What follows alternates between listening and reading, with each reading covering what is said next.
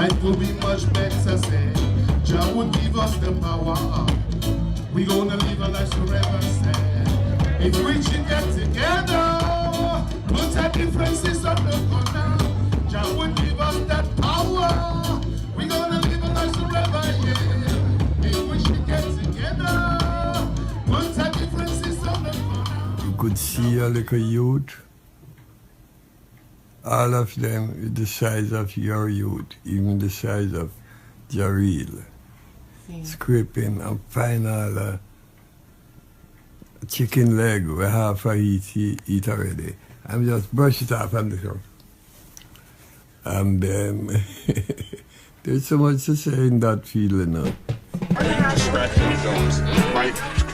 And then started coming like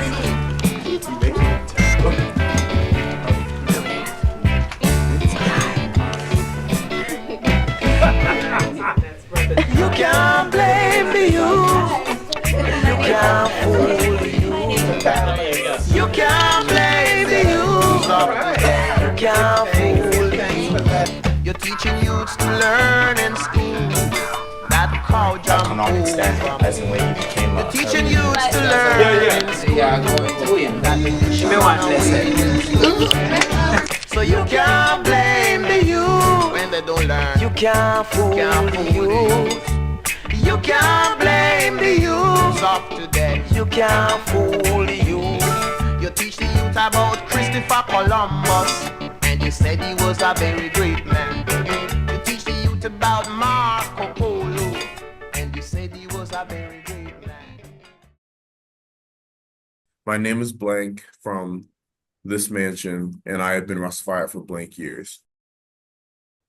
So my name is Brother Jakes. Some people call me Ras Kaimo. I am Ras Iris.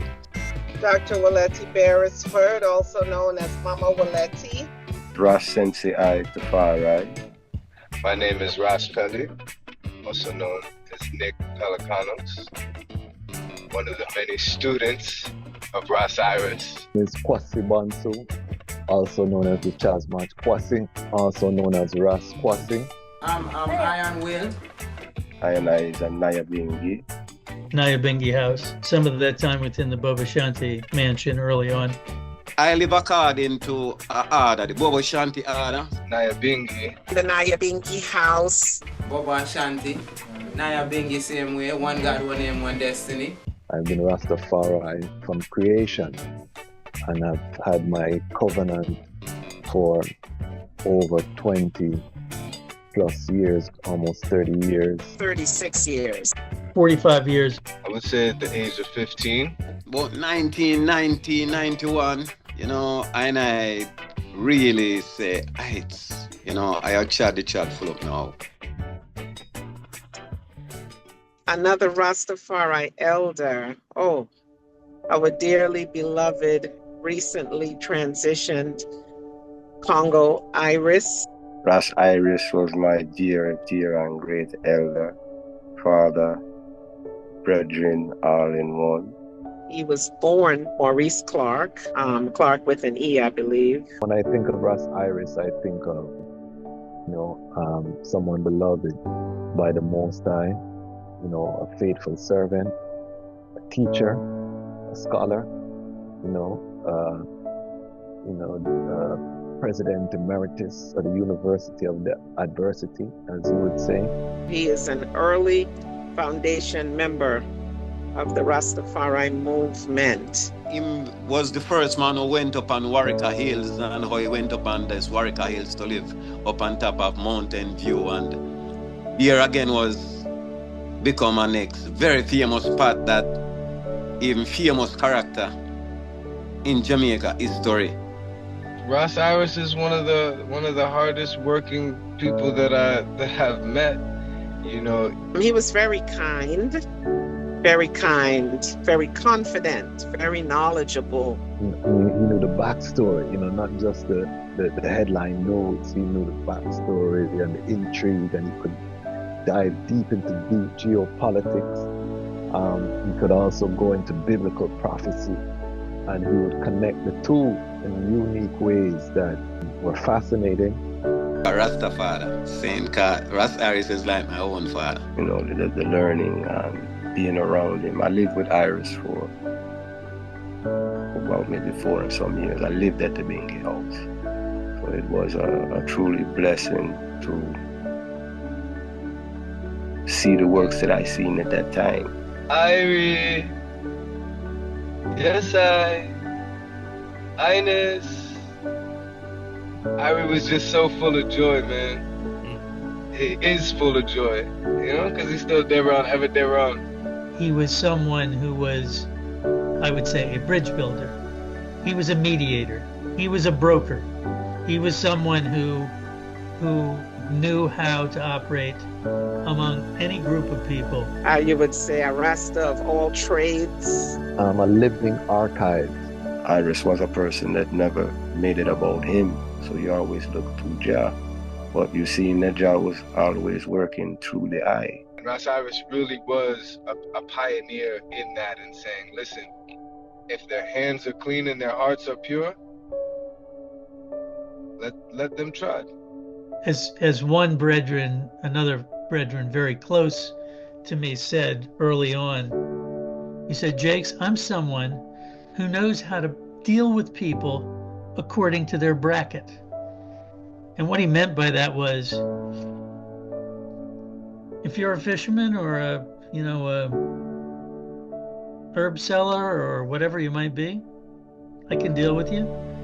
If you're a PhD coming here as a graduate student, I can deal with you too. I can deal with anyone. I can deal with the president, and I can deal with the most humble, and ordinary man. And Ras Iris was like that. I'm smiling now, thinking of Ras Iris, because he was a little humorous too. He was a little humorous. And what comes to mind is the way that he would sit and listen and observe. He was a thinker. Walk with it. So them time that you start lots of already, Ras Iris. That's the comb, whether it come or not, that's comb gone. Yes, I not defend Leviticus 21.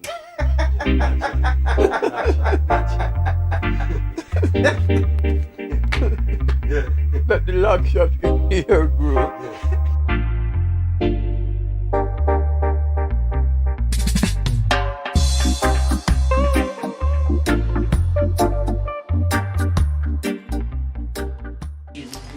And IDOR is the universal, but of course we say universal, and it's written as our registration as universal. Development of Rastafari. IDOR is a 20-year-old institution in this DMV area, and it is the brainchild of Ras Iris, who is the study of the final project for you all. Ras Iris, had come, and you'll see from the presentation that Brother Jakes is going to do, Ras Iris had come from the whole camp vibes and commune vibe in Jamaica. A Rasta camp here, a Rasta camp there, community of Rastafari here, because that's really the way that Rastafari took root in Jamaica. The marginalized and the downtrodden and the disenfranchised, kind of coming together and acknowledging the crowning of Emperor Haile Selassie in Ethiopia, and the whole birth of Rastafari coming out of the youth black faith and other things, which you all will learn as time goes. That whole vibration is what Ras Iris came up in. It was an early Rastafari from about, I think, 14 or 15, you'll see in Brother Jake's presentation when he left home. So he would have come up 15 years after 1938, is still in the 50s. So he was early Rastafari, at least 30 years prior to Brother Jake's going into Jamaica in 1980. Ras Iris would have been trodden from the 50s. So he would have had different experiences, with Rastafari. So being here in the U.S., he kind of pitched the idea with some of the other founding members, Dijazmach Kwasi, who was unable to come, Ras Wayne, Mama Kua, you know, a lot of the early foundation, Nana Faraika Burhan, one of our matriarchs, who's now 87 and lives in DC still, but she's a foundation journalist and Rastafari from Jamaica days. You know, the whole birth of IDOR came out of those experiences that Ras Iris would have had in the early days in Jamaica, the Rasta camp vibration, and having something in place where Rastafari could gather and could build, and also leaving legacy behind for the youths to come within Rastafari. So that was the birth of IDOR. Our mission is really to move forward the works and the words of His Imperial Majesty, to share that globally. Ras Iris, and through IDOR, he established a wider community for sure. The whole movement that has started IDOR from then in his time, and now is a great success of Iris. When you say IDOR, the universal development of Rastafari, right? It's not the Washington, D.C. development or the Kingston development. This is the universal, meaning universal. We say I. He trod through many different yards and camps and is the founder of the Angelic House Rastafari Camp. Angelic House, when I look at the story of the Rastafari movement, Angelic House Rasta Camp really was the foundation for a lot of prominent Rastafari today, or Rastafari names that ring bells, you know, globally. At that camp, they were able to love or found or create what I refer to as the I language, or the IDOR language, the way that I block now with the I and the I, and really speaking in first person, in a einity, in a oneness. Ras Iris is one of the founders of the Rastafari IDOR. He really is that definition of Irie. He really, you know, we say Irie because of him. He was always ever determined to progress and propel African affairs, you know, and in his professional works, Ras Iris did all kinds of stuff, you know, back in the days. Well, Ras Iris would beat like a drum into our head never to neglect Africa. I started the IDOR study group after attending another study group at Sankofa, and I said, you know, we need to be studying the teachings of His Majesty, and I brought this idea to Ras Iris, and Ras Iris, you know, said, excellent idea, he supports it 1,000%, but it said we need to add Africa Affair portion, and to this day, as part of the IDOR study group, we have an Africa Affairs section. I believe Iris gave all the I their career, the livity of life. So it was his role of being that root, and is still being that root of I. And that was Ras Iris, you know, legacy in terms of he never reached Africa. So it's almost like a Moses figure. You know, he would direct us to the promised land, but he was never able to reach the promised land. But he knew it like the back of his hand. He could tell you about the liberation struggles. He knew the names of the leaders. He could pronounce the long names, and, you know, he knew their tribal affiliation. And one of our favorite things was introducing Ras Iris to different scholars and then watching him tie them up with historical facts. You know, he would ask them questions to see how deep they were, and then he would just throw out some, you know, deep reasoning to test them to see how well studied they were. And that was one of our great joys as young people, university students, was, seeing how other academic minds stacked up to Ras Iris. Ras Iris really was a pioneer in anti-racism, in oneness, collective security. He really understood that I can't do this alone. There's a certain interdependency that we all have across the globe. The thing I think about most about Ras Iris is early years in his teen years in his 20s is just the resistance that they got from the Jamaican government and the police and the military and the common folks who were all against them and called them derelicts and vagabonds and dirty people and Blackheart Man, all of these names, and they just carried on. They just carried on and moved forward in the tradition. Man, he tell me lot of favorite story, but I'm gonna tell you this one. Can't forget that, A Hastings, Cambridge, Mark 1930, 1938. Come down and just draw brakes, so right. Which probably the street just there, so we know, kind of, then away out of the street. And that is some police from Rallington town. Wherein is Mr. Miles' friend them that. I'm having big friend up there, sir. So to the wonder how him no make police from Elliston Road Police Headquarters come visit me. Because Elliston Road was closer to Yes.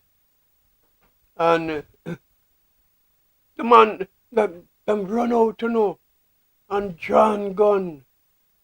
And said, no move, don't move, don't move. Here who them ask, When Morris there? When Morris there? It's me them ask that, It's me them want, and I ask me about myself. I say, when Morris there? And I say, him just gone over the beach there, sir. That beach where me point them to is could be over Java.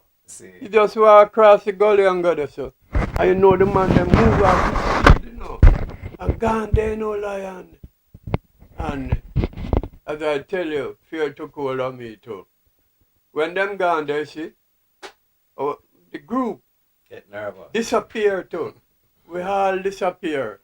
Cause we could make when them go and them no indication of marriage. Them would have come back to it because somebody may give him away say, no him, you just don't talk to me. But Jah don't work the way that we gonna hide. And where we can see them till them leave. And they were so disappointed. So fear took hold of me because you see all my brethren them when I'm down there, so them got them yard at night time, Them living in the area. But me not know where. You understand? And I me them want, not them. And it work out that, you see, meditate that night. I said, I can't stay, so because I don't know who is who and them will look for me. But they could never catch Ras Iris. They could never catch him. And if they did, they couldn't pin him. He's a man who was arrested 42 times. But they could, but he was elusive. He was slippery, and they could never pin him on anything. I think those are the stories that I hear that of his 20s that I kind of think back to most is just the many occasions of resistance, and just pure fight that they went through different parts of the community and public figures and everything else. He never gave up his faith, not a fight. Those ones who held the torch at some point in the relay race have to pass on the baton, have to pass on the torch. And for the next generation in the forwards, it's important that they pick up that torch, and continue on the marathon, because we're not in a sprint here. It's a long distance run. Ras Iris, in dear times, when them start locks, them time that the locks culture just start begin around in this region concerning to Rasta in the 50s, right? Because the Rastas before, from the 30s, wasn't wearing locks, and I see it. In those times, when them start locks, they were not allowed in public places or like on public transportation or them stuff. Saying. So I show you how far the movements have come from. You know, because Ones and Ones is continuing to learn of the I Imperial Modesty teachings and works, and Empress Mennonite and Rastafari's works. So I believe it's an honor and a salute due. You know, I believe he's the backbone of it. There's a point at which you cannot be immersed in this culture for any significant period of time without being both challenged and transformed by it. The eyes expose the eye self to, all aspects of society and culture. Because that's what, grounds us. And the workings, the mystic of Rastafari is that if your heart is in it, it forces you to become something bigger, something broader in spirit, as His Majesty said, more courageous. You come to realize that there is truly a message here for humanity. And in that sense, in embracing that message, yes, I am Rastafari.